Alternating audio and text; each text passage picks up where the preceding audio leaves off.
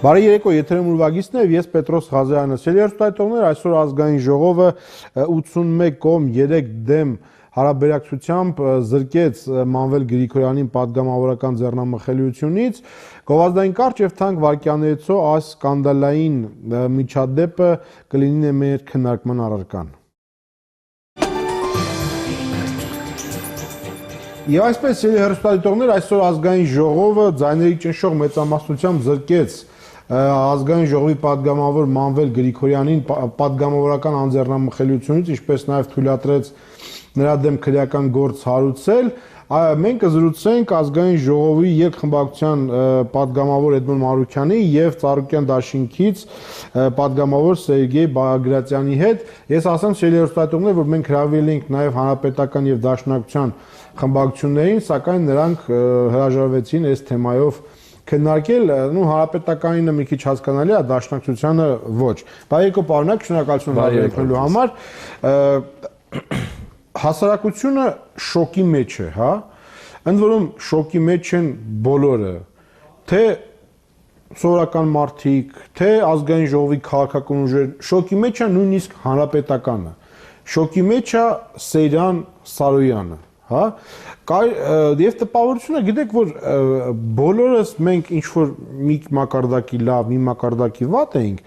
կար կոռուպցիա, բոլորս գիտենք եւ այլ Մանվել Գրիգորյանը այդ ամեն ինչից ավելի հրեշ, ավելի սարսափելի է։ Իրականում այդպես է թե ոչ, խնդրեմ։ Ինչու ենք մենք հայտնվել շոկի մեջ, եթե մենք գիտեինք ինչա կատարվում մեր երկրում, խնդրեմ։ Ես կարծում եմ շոկի պատճառը ոչ թե կոռուպցիոն դեպքի չարաշահման նյութական արժեքն է, այլ բարոյական հատվածը, որովհետև այն ինչ տեսանք այդ տեսանյութերում բնականաբար որևէ մեկը չէր կարող պատկերացնել, որ նման բան կարող է լինել։ Այսինքն բոլորը սպասում են, որ օրինակ ինչ-որ տենդերից ինչ-որ մեկը ատկատ է ստացել, հա,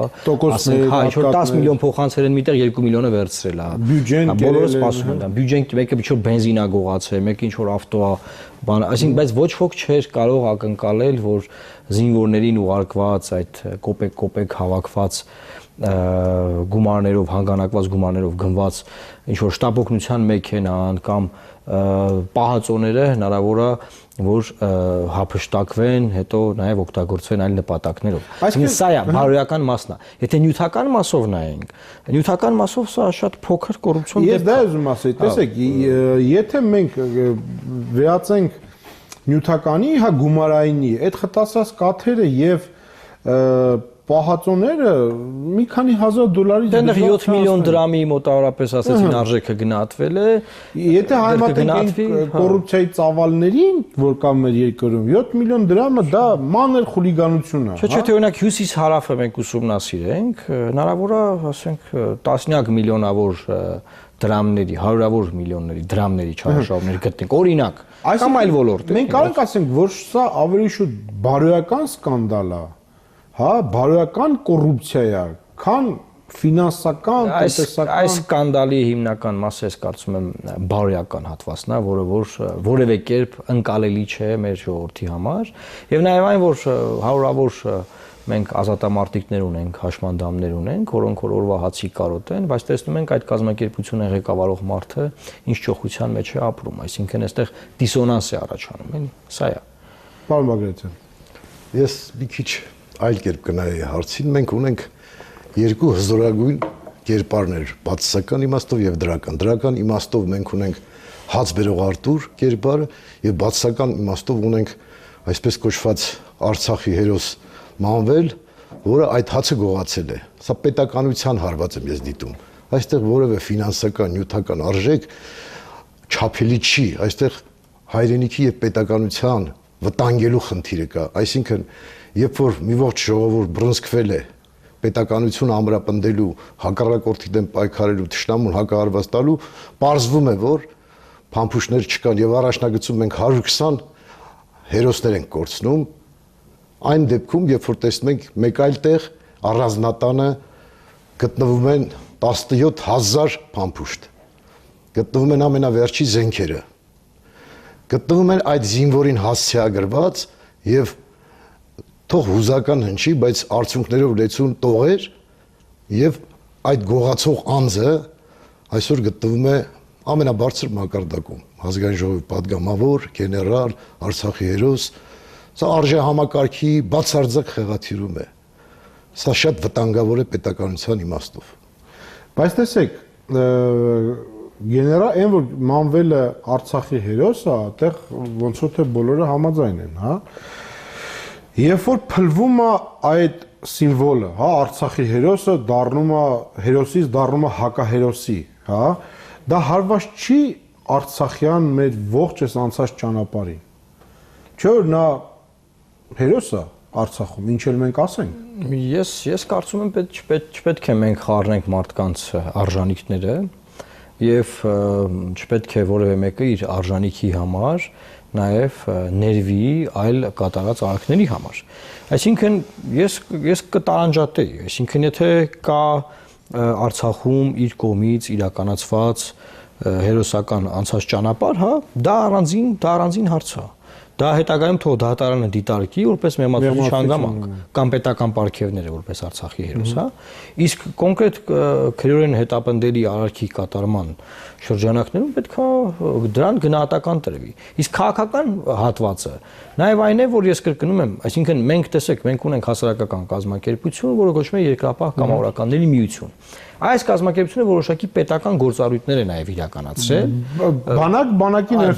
Բանակի ներսում կամ բանակից ինչ որ բեռ պետք է իր վրա վերցներ, տաներ, բանակի բեռը թեթևացներ, բայց մենք տեսնում ենք, թե ինչա տեղի ունեցել։ Այսինքն սա է այս արժեզրկումը տեղի ունենում նաև մյուսների, այսինքն հետո այն մյուս հերոսներն էլ ովքեր որևէ կերպ կոռուպցիոն որևէ սկանդալի մեջ չեն եղել, նրանք էլ են ստիպված այս իրավիճակից ամոթի զգացում ունենում, ասում են, այս ինչի մեջ հայտնվեցինք, էլի։ Սա է աբսուրդը, բայց ես կարծում եմ չպետք է մենք թաց ու չորը խառնենք եւ հերոսներ, կոռուպացված պաշտոնյաները, գովազակներ, ամենքին իր դասով պետքա դասենք։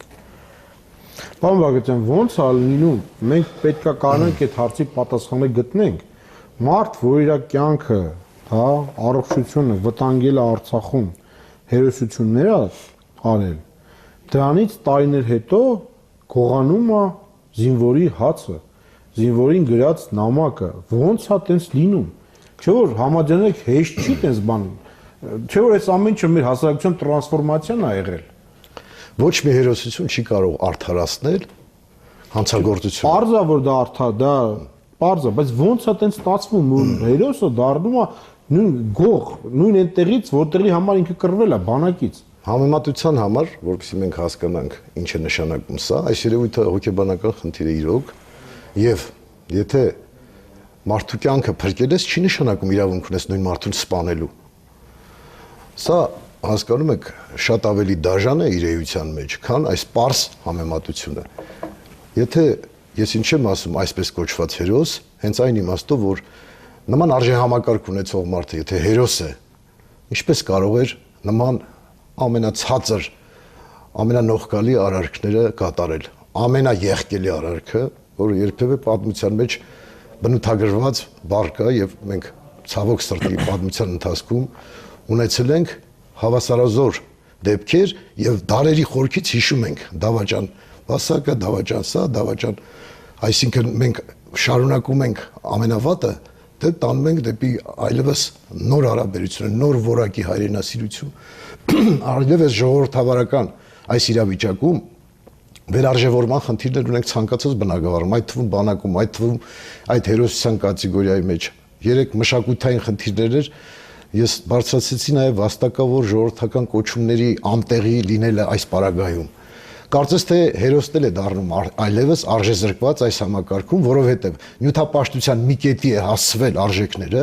որ հոգևոր, ոգեղեն արժեքները այլևս նշանակություն չեն ունեցել բազմաթիվ շերտերի համար եւ ցավալիորեն հատկապես զինվորականության համար, բարձրաստիճան զինվորականների համար։ Սա շատ վտանգավոր տենդենց է, երբ որ մրցում են զինվորականները դղյակների ճոխությամբ, մեքենաների առատությամբ, ախրանաների բազմամարդությամբ, սա ոչ միտեղ չի տանելու մեզ։ Եվ այլևս վտանգված է մեր հայրենիքը այս դեպքում։ Ոչ թե ստեղծվել է պատրանք, որ Գիտեք, սրանով մեր ճշնամիներին ուրախացնում ենք։ Ուղիղ հակառակը։ Եթե մեր հասարակությունը առողջանում է, այ դա է մեր ճշնամիներին տխրեցնում, որովհետև ցանկացած հակառակորդ հասկանում է առողջացումից հետո ինչպիսի ոգեղեն գոյություն կարող է տիրել բանակի եւ մեր ռազմական բոլոր ատյաններում եւ պատկերացնում եք, որ այլևս չլինեն նման մենտալիտետով հրամանատարներ եւ ունենանք մենք առողջ բանակ, կարող ենք պատերազմը ավարտել փայլուն հաղթանակով։ Հիմա որ մենք խոսում ենք այս դեպքի մասին, սա մի առանձին վերսված երևույթ է ձեր կարծիքով, պարոն Նայք, թե սա մի հատ մեծ շղթայի մի փոքր կամ մեծ հատվածն է, հա? Այ գտանք ով է գողանում, լավ է, հասարակությունը դատապետում է, այ գտանք, թե իրոք սա մի հատ մեծ հսկայական շղթայի մեղվի բնի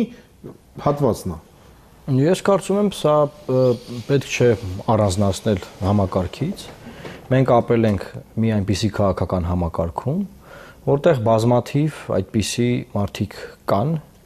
եղել են, եւ պետք է յուրաքանչյուր մի նման քրեական գործի շրջանակներում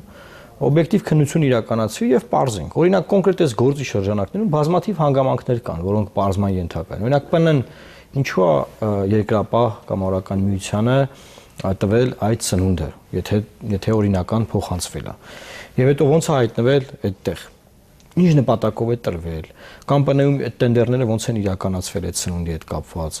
Եվ հետո դրանից հետո նաև ապրիլյան պատերազմի ժամանակ բազմաթիվ հնչեղ դեպքեր եղան, չէ՞, բացահայտումներ։ Բայց դրանից հետո մենք չտեսանք այսպիսի սկանդալային բացահայտումներ։ Այսինքն եղավ ինֆորմացիա, որ այսինչ չկար, այսինչ տանկ է, այսինչ խնդիրներ են, ինչ տեղ է, այսինչ խնդրեմը կար, բայց ոչ մի հետո բացահայտում, հրապարակային դրա քննարկումը տեղի չունեցավ։ Հիմա լավ ժամանակ է, ես կարծում եմ, նաև այս դեպքի շրջանակներում սկսել այդ քննությունը եւ քննություն իրականացնել։ Վերջին հաշվով նաև պետք է նայենք հետեւյալ հարցը։ Հիմա Արմավիրի մարզի ոստիկանապետը, Էջմիածնի, ԱԱՑ-ի պետերը, հա, մարզի եւ քաղաքի։ Չեն իմացել։ Հա, ինչ են արել։ Ասենք այդ բանը, շտապօգնությունը բանը ոնց է եկել։ Բայց նրանք ինչ կարային անեին գեներալ Մանվելի հետ։ Չէ, ինչ կարային անեինը հետեւյալն է։ Իրանք երկու տարբերակ ունեն։ Կամ պետք է ասեն, որ իրենք հովանավորել են, տեսեք, բազմաթիվ հանցագործություններ են, չէ՞։ Հովանավորել են, բայց ոչ իրենք։ Չէ, իրենք էլ են մասնակից եղել։ Որևէ մեկը չի կարող ասել մենք մասնակից չենք եղել։ Եթե մենք նայում ենք մեղքի անհատականացման սկզբունքով, յուրաքանչյուրն իր մեղքի բեռը ունի, իր չափը ունի։ Հիմա պետք է նաև այս հարցը քննարկման առարկա դառնա, չէ՞։ Այսինքն, որովհետև այսօր նույն ոստիկանությունն է, ասենք պետն է փոխվել տեղակալները, բայց մնացել են, չէ՞, բազմաթիվ մարդիկ։ Հիմա այդ մարդիկ նույն համակարգի մեջ են։ Հիմա կարող ենք ասել այդ մարդիկ են մյուս քաղաքական կամք չլինելու պարագայում այսպես են գործել, հիմա քաղաքական կամքը փոխվել է, պետք է այնպես գործել։ Դուք հարցին պատասխանեցիք։ Բայց ես կրկնում եմ, որ քաղաքական կամքի բացակայության հարցը այն ժամանակվա չպիտի իրանց գործողությունը արդարացվի պրոֆեսիոնալիզմի իմաստով։ Պետք է նայենք, եթե տեղյակ են եղել, պետք է պատասխան տան։ Որովհետև ես այլ տարբերակ չգիտեմ, որովհետև հնարավոր է նաև այս նույն մարդիկ հիմա էլ այս իշխանության օրոք, այն մյուս իշխանության օրոք, այն մյուս իշխանության օրոք, հիմա էլ այս իշխանության մարդուն թաքցնեն։ Իմ համար ոչ մի տարբերություն չկա, կաշառակերը կամ կոռումպացված պաշտոնյան, որ իշխանության օրոք է ապրում։ Եթե դա տեղի ունենում որպես հասարակության դեմ ուղված գործողություն, գործունեություն, պետք է պատասխանատվություն կրի։ Ոչ մի տարբերություն չպիտի լինի մեզ համար։ Եվ վարչապետը դրա մասին հայտարարել է ամբիոնից, որ ինքը ունի 0% յուրաքանչյուր ներդրումից։ Հետևաբար բոլորը պետք է ունենան 0%։ Հետևաբար բոլորը պետք է նման ձևով վերաբերվեն իրենց գործին։ Եվ եթե մեկը աշկա փակել նախորդ իշխանության օրոք, ես մտածում եմ կա աշկ փակի հիմա այս իշխանության օրոք, պետք է համակարգը մաքրվեն այս մարդկանցից։ Ասենք ասեղեր է շտապօգնության մեքենան որ տարել են այնտեղ թաքցրել։ Տեսել են, չէ՞, Մանվել Գրիգորյանը մենակով չի այդ ավտոները տարել այնտեղ կայան է։ Ու մենակով չի բարձր այդ գույքը տարել։ Հսկայական համակարգ է եղել։ Այդ հսկայական համակարգը պետքա բացահայտվի եւ յուրաքանչյուր դեպքում։ Այսինքն եւ չպետքա ամբողջ նեգատիվ հիմա բանը կենտրոնացվի այս դեպքի վրա, եւ մյուսները սրա տակ թաքնվեն եւ վերանան կորչեն գնան։ Այսինքն պարոն Գրիգորյանը իր վրա վերցնի էլի ամբողջ երկրում տիրող համակարգային կոռուպցիոն բեռը։ Ոչ, ես կրկնում եմ բազմաթիվ օրինակներ մենք ունենք։ Պետք է նաև հյուսիս-հարավի ծրագիրը ստուգել, մի հատ տեսնել այդ ճանապարհն այդ ոնց են այդքան տարիներով կառուցում, չեն կարողանում ավարտին հասցնել։ Հետո կանք մի ժամերով թվարկենք։ Այդ եմ ասում, մենք ոչ թե պետք է այստեղ թվարկենք, այլ իշխանությունը պետք է սրանով զբաղվի։ Եվ պետք է ամեն մի նման դեպքով մենք բացահայտենք, ոչ թե հիմա ասենք նայենք ձեր ինչպես դուք նշեցիք, հա, նյութական արժեքը այս պարագայում փոքր է, այստեղ բարոյական հարվածն է մեր հասարակությանը մեծ, այսօր ես իմ ելույթում էլ նշեցի, մենք որպես հասարակություն խայտարակ եղանք, որովհետև տես չէ, որ ասենք մենք կապ չունենք։ Սա մեր հասարակության հիվանդությունն է։ Ամեն մի նման դեպք, որ հասարակությունը որպես այդպեսին հանդուրժել է եւ չպիտի սпасեր քաղաքական իրողություն փոխվեր, հետո ասեր վայ, բա գիտեք, սենց բան կա։ Պարոն Բագրատյան, այս ամեն ինչը ունի քաղաքական պատասխանատու, թե խոսքը մի հերթական հանցագործության մասին է։ Տանրապես դուք ճիշտ նկատեցիք, որ համակարգային մտածողություն եւ համակարգային նման բաց թողումները մեկ օրում չի կամ մեկ տարում չի առաջացել եւ դա չի կարող մեկ հոգու վերագրվել։ Բայց կոնկրետ դեպքում ապրիլյան պատերազմին ես մասնակցելով հասկացել եմ մի պարզ տրամաբանական երևույթ։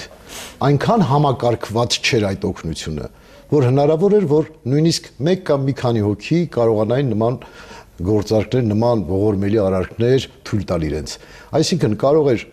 մանվելը զանգարեր, օրինակ, պայմանական եմ ասում, Grand Candy եւ կարգադրեր, որ երկու մեքենա ծխախոտ ուղարկեին իր ջոկատին Ասկերանում։ Եվ այդ մեքենաները ուր ուզենար այդտեղ պետք է քշեին։ Այդ վարորդները մեղավոր չեն, նրանք պարզ քաղաքացիներ են, իրենց ասում են այս բեռը հասցրու ակետից բեկետը եւ բեկետից տար ցեկետը։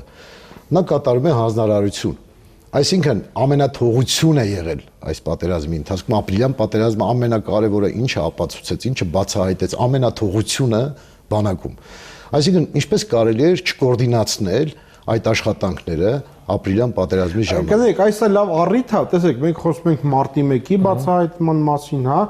Պետք է մենք նաև փորձենք ուղղել մեր հայացքը ապրիլի 1-ին էլի մի հատ նայենք, ասենք ինչ ա եղել ապրիլի 1-ին։ Ես կարծում եմ այո, չէ, ես ուզում եմ ուղղակի արձագանքեմ վարորդների մասին չի կամ շարքային ինչ-որ։ Իհարկե, ես գիտեմ։ Խոսքը գնում է առաքելություն ունեցող մարդկանց մասին։ Մեկը ասենք միլ պետ է, մեկը ասենք ԱԱՑ պետ է, մեկը ՊՆ վարչության պետ է։ Ողջ համակարգը, դա համակարգային կանխել պետք է նայենք, ասենք Աղբեր ջան, հիմա այն օրերին նաև քննարկում էր հետեւյալ հարցը, չէ՞ որ այդ ոնց եղավ, որ այդքան կուտակում եղավ,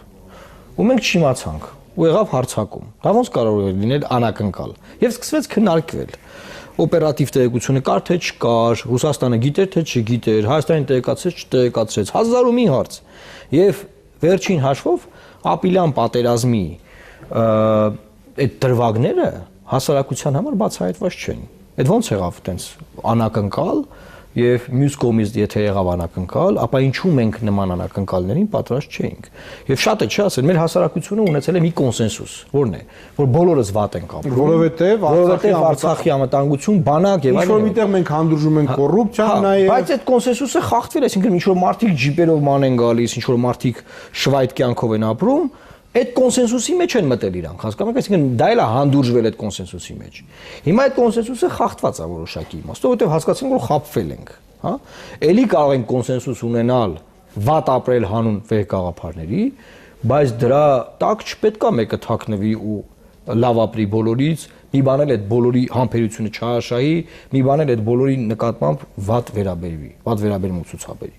Որոշակի տարածքում կամ ընդհանրապես դա կլինի առանձին վերցած մի քաղաքում, մի թաղամասում, թե չգիտեմ, մի հիմնարկությունում, որտեղ էլ որ կլինի։ Համաձայն եք, այս ամեն ինչը բարեապես սպանեց հանրապետական կուսակցությանը։ Ես կարծում եմ շատ մեծ հարված է սա հանրապետական կուսակցության համար, որովհետև երկու խնդրեմ կա։ Առաջինը, որ շատ դժվար ասել մենք կապ չունենք, չգիտեինք, եւ երկրորդը նաեւ post factum ասել մենք կապ չունենք ու հիմա դատապարտում ենք, դա էլ է խնդրեմ։ Ու սկզբից պաշտպանեցին։ Այո, այսօր ոնց որ Վարդան ասաց, զենքը նորմալ էր։ Հա։ Բայց խտասած կաթը չէ։ Ես ճիշտ ասած մի քիչ այլ կերպ եմ մտածում այդ երևույթի մասին։ Մենք նշեցինք մեղքի անհատականացման ինստիտուտի կարևորությունը։ Միարժեք մեղադրել հանրապետական կուսակցության այս արարքի մեջ մենք հնարավոր է որ սուբյեկտիվ լինի մեր մոտեցումը, որ հանրապետական կուսակցությունը այն աստիճան էր առատավորվել, որ կարող էր հանդուրժել նաև նման երևույթներ, սա իրողություն է, բայց պատասխան տալ նման արարքի համար ոչ ոք չի կարող եւ չի համարձակվի, որովհետեւ արարքը պատկերացնում եք, որ դա դավաճանություն ժողովրդի նկատմամբ բարդագույն հանցանք է եւ բնականաբար արագ չհասկանալով սկզբնական շրջան որ պետք չի շտապել հարկավոր է սпасել դեպքերի զարգացման շտապեցին հայտարարություն անել ու անմիջապես ողջ թիմով հայտարարեցին, որ սա հանցագործություն է եւ այս հանցագործությունը դավաճանություն որակեցին Շարմազանովից սկսած մինչեւ վերջի հանրապետականը որակեց դավաճանություն արագ հավաքվեցին, որոշեցին հերրու պահել իրենցից այս հանցագործությունը, այսինքն իրենք հավանաբար ինքնամաքրման խնդիր ունեն եւ փորձում են այլևս նման երևույթները հեռացնել իրենցից։ Ինչքանով է դա հաջողում։ Այն որ հստակ հարված ստացան, քաղաքական իմիջը զրոյացավ եւ զրոյից էլ իջավ ներքև, սա փաստ է։ Բայց իրենց մեջ ուժ կգտնեն դատապարտելու եւ իսկապես հիմնավոր եւ անկեղծ կարողանալու գնահատական տալ երևույթին։ Դուք ասացիք համակարգային խնդիրներ, այո, դա համակարգային խնդրի վերջնարդյունքներից մեկն էր, բայց վերջնարդյունքներից մեկը դեռ բազմաթիվ նման հանցագործություններ լատենտ վիճակում են եւ հանրապետականը կարող է վերականգնվել ապացուցելով ցույց տալով այդ տեղերը եւ շատ ճիշտ մոտեցում էր հենց կառավարության մոտեցումը, որ վենդետա չի լինի, եթե դու ինքնուրույն մտածված գիտակցաբար հանձնում ես քո գողացածը։ Այդ տեսեք այս հարցի վրա հետաքրքիր է։ Հեղափոխությունը եղել է մի ամիս առաջ, իշխանափոխությունը եղել է մի ամիս առաջ։ Գեներալ Մանվելը հանգիստ կարար այդ ամեն ինչը տաներ, կորցներ, իր վրայից մաքրեր։ Ինչի՞ չի արել, կարել լավ մարդ է, արել է։ Հասկացան։ Խիչի թաքցրել հետքերը։ Պետրոս ջան, հիմա երեք էլ մարդկանց են զենքով շրջելուց մեքենայից բան արել, բերման ենթարկել, բռնել։ Ասենք զինված խմբեր դեռ կան, ման են գալիս, այսինքն մարդիկ կան, որ դեռ նոր իրողությունները չեն գիտակցում։ Դեռ չեն հասկացել, որ իրավիճակ է փոխվել, դեռ չեն հասկացել, որ իրանք անպատժելի չեն այլևս։ Այսինքն անպատժելիությունը այնքան Այդ մարդիկ, այսինքն իներցիան դեռ գնում են, իրանք իներցիայի մեջ են։ Հիմա երեք մարդիկ ջիպերով գնում են ու զինված։ Մեկը հոп ոստիկանությունը բոլորին բռնում է զենքերը ձեռքից։ Այդտեղ պարզվեց, որ զենքերը օրինական էին, ինչ այլց ասեն։ Հարցը դա չի, հարցը նայա որ այնտեղ ավտոմատներ կար, չգիտեմ դա դեռ պետք է նայենք, չեմ կասել ավտոմատներ օրինական էր թե չէ, բայց պետք է նայել, այսինքն դեռ մարդիկ չունեն այդ զգացողությունը։ Եվ մյուս կարևոր բան է, ուզում եմ հասկանալ, այդ որ զենքերով այդքան ման են գալիս, դեռ օրինական կամ անօրինական։ Այդ ումից են վախեցած Պետրոս ջան։ Այդ ով է իրանց հետևից ընկած։ Դա մեր հասարակությունը դարձել է ինչ որ ինքնահաստատման բան։ Այսինքն մարդիկ ինչ որ շատ որով են ուզում ման գան, շատ մեքենաներով, շատ զինված մարդկանցով, ինչ ցույց տան, որում ցույց տան։ Իներցիա ես չեմ հասկանում դա ինչա։ Դա է տեղ որ դու մի 15 տարի անձեռմխել ես դնում, բայց իմանում ես դեռ այդպես է։ Որը դա ապահովում էր, չկա։ Դե չեն հասկացել էլի դա, դեռ չեն գիտակցել։ Դեռ տաք են։ Ժողովուրդը խոսքում չի ասում, դեռ տաք են։ Դեռ այդ ցավը տեղ չի հասել։ Հիմա այսինքն մարդիկ այդ նույն իներցիայով ես վստահ եմ, ինչ որ տեղեր ինչ որ մարդիկ կաշառք են վերցնում հիմա, այդ նույն իներցիայով։ Ինչ որ տեղեր ինչ որ հատկատներ են անում, դեռ չեն հասկացել, որ ինչ որ բան ասա, նոր իրողություն, բան է փոխվել։ Մինչև չգա իրանց հետևից, իրանց համար հերթական ԱԱՑ-ի բանը կամ ոստիկանը, նրանք չեն հասկանալու։ Եվ պետք է հետեւական կերպով իշխանությունը պայքարի, այսինքն որևէ զիջում չպետք է լինի, որևէ բան չպետք է լինի հատային որևէ դրվագով մենք համակարգային փոփոխության չենք կարող հասնել։ Ես դրա համար եմ ասում, չպիտի լինեն պետության մեջ պետություններ, պետության մեջ զինված խմբավորումներ, բանդաներ, անվերահսկելիներ, չպիտի լինի, պետք է այդ մարդիկ հասկանան, որ վերջ ավարտվել է։ Զենք ունես, տար հանձնի, հա, հարկեր ես թաքցրել, տար վճարի, որքան շուտ, այնքան լավ։ Միգուցե դա հետո բնականաբար նաև մեղմացուցիչ հանգամանք կարող լինել, եւ հետո էլ խայտարակել չես լինի, էլի։ Էսա վիճակը։ Պարոն Բագրատյան, կարաք բացատրեք, ինչպես։ Եթե դու ինչ որ հանցանք ես արել, գիտես քո տանիքը չկա այլևս։ Առաջի տրամաբանականն այն է, որ դու այդ թաքցնես։ Ինչու չեն արել։ Ես այն կարծիքին այնքան վստահ են եղել, որ անձեռնամխելիությունը դա այսպես բնական արդեն երևույթ է իրենց համար։ Ուրեմն կար ձեր ասած 2-3 կոմպոնենտ համատեղ։ Կար եւ ամենաթողության, անպատժելիության իրավիճակը, կար իներցիան, կար նաեւ այնքան վստահ լինես, որ Արցախի հերոսը ինչպես կարող են ստուգել, եթե հիշում եք մի քանի օր առաջ դրանից խրոխտ հարցազրույցներ էին տալիս գեներալները, որ որևէ զինվորի դուշոնկան գողացողը մեր համար թուրքից վերան է եւ այլ նման դատողություններ, այսինքն ինքնահամոզման եւ իրողությունը կոծկելու, իրողությունը չհասկանալու ծայրագույն հիվանդության մեջ էր գտնվում։ չպատկերացնելով հետևանքները, չպատկերացնելով նոր իրողությունները, ամենևին չկարծելով, որ միգուցե նույնիսկ հասնեն իրենց առանձնատուն, որովհետև թվում էր, թե ամենաշատը իր մեքենան կարող են ստուգել եւ սկզբնական շրջանում կարծես մեքենային էլ մոտ գնացող չկար, տարիներով 20 տարի մարդիկ անպատժելի են եղել բոլոր արարքներում, փողոցներով շրջելով մեքենաներով, քաղաքացիների հերն անիծելով, կոպտելով, վիրավորելով, հարվածելով, թքելով, մրելով, ջարդելով, փշրելով, եկե հասել են այսօրին։ Սա է իրողությունը եւ այլ հանգուցալուծում չէր էլ սպասվում։ Զարմանալի կլներ, որ ի վերջո նման երևույթները չբացահայտվեն, որովհետեւ սրանք ի վերջո ինչքան կարող է թաքցնել հասարակությունը։ Հիմա, եթե դուք նայեք, հետևենք համացանցերում, հարյուրավոր քաղաքացիներ կոնկրետ դեպքերով նկարագրում են ինչ է կատարվել իրենց այդ տարիների ընթացքում, ինչպես են թալանել, ինչպես են տունը խլել, ինչպես են տարածքը խլել, ինչպես են օբյեկտը խլել, ինչպես են նալոգներ դրել, ինչպես են գծեր ղեկավարել, վերջի ստրուկի պես վերաբերելով պարզ քաղաքացիների։ Այս իրողությունը ինչքան կարող էր թաքնված մնալ։ Եկավ հատուցման օրը։ Գաղտնիք չի, որ երկրապահը եղել է ռազմականացված կառույց, հա, եւ երկու սայրով ա եղել։ Մի սայրը Արցախում, մի սայրը Հայաստանի ներքաղաքական կյանքում։ Պետքա գոնե մի սայրը կտրել, կամ ընդհանրապես պետքա փակել երկրապահ կամավորների միությունը։ Ուզում եք օգնել բանակին, կա դրա ինստիտուցիոնալ ձևը։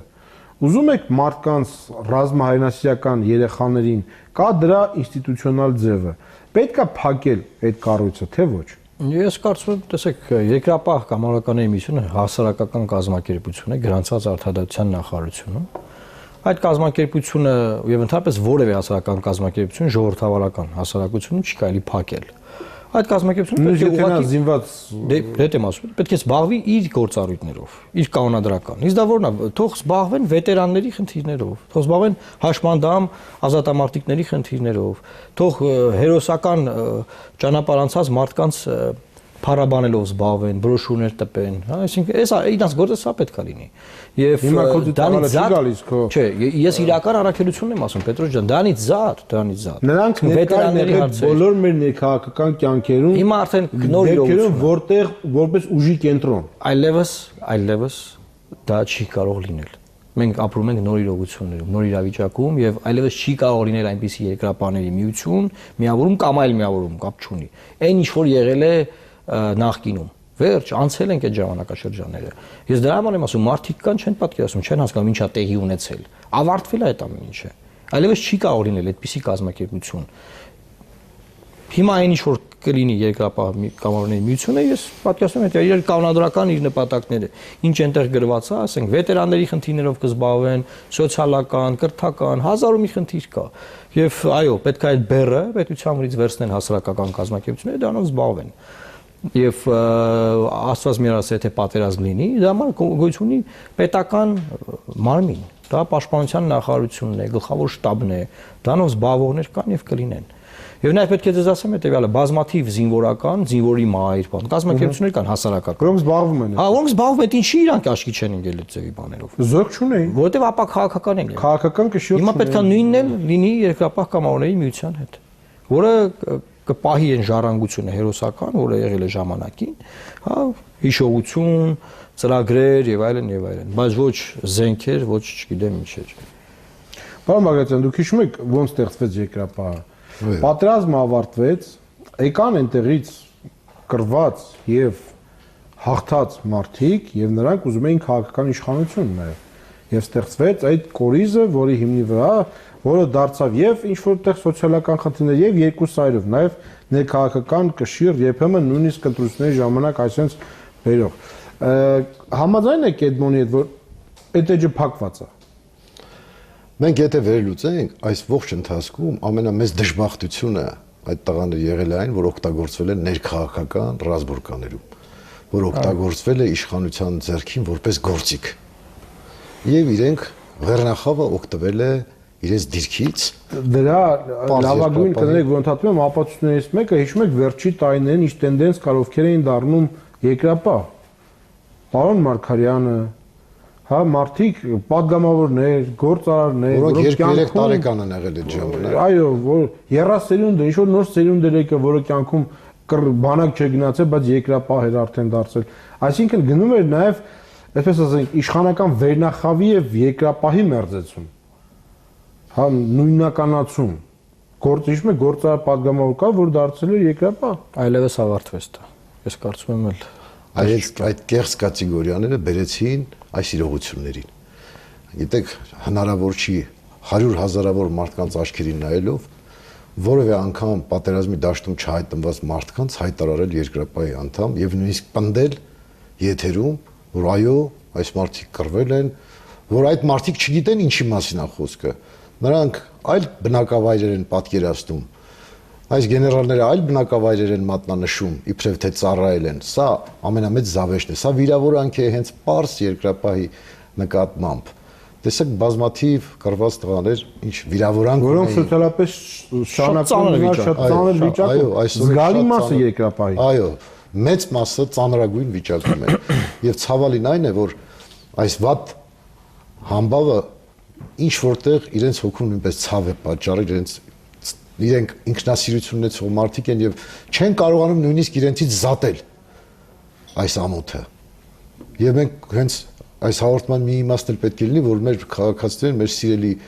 մեր համար թանկ մարդկանց, պարզ քաղաքացիներ, որոնք իրենց կյանքը նվիրել են հայրենիքին, երբևէ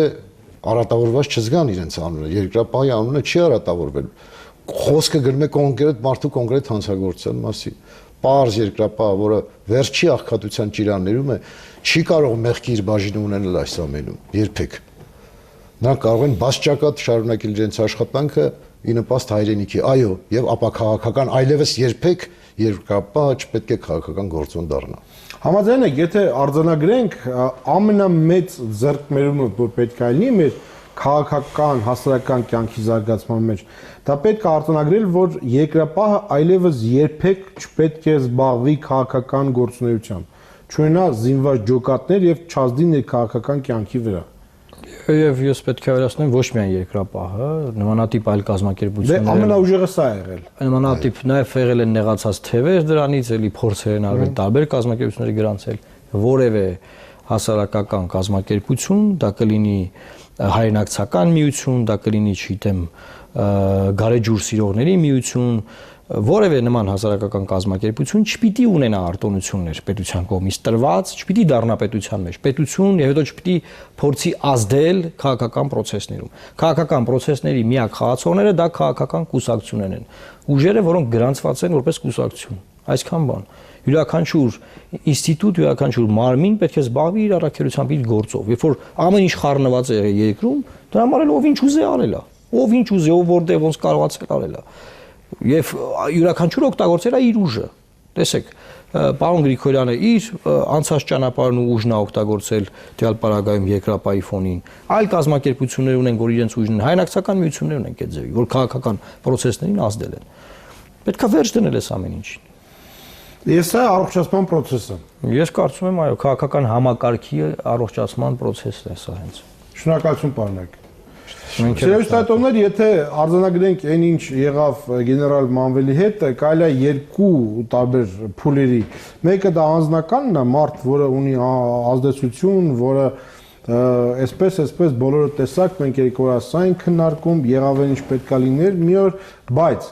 կա նաև սրա սոցիալական նշանակությունը։ Սա մի մեծ, եթե մենք անկեղծ լինենք, դարաշրջանի ավարտ է, երբ որ Արցախում հաղթանակած եւ հետ վերադարձած մարդիկ փորձում էին այդ ամենը դիվերսիֆիկացնել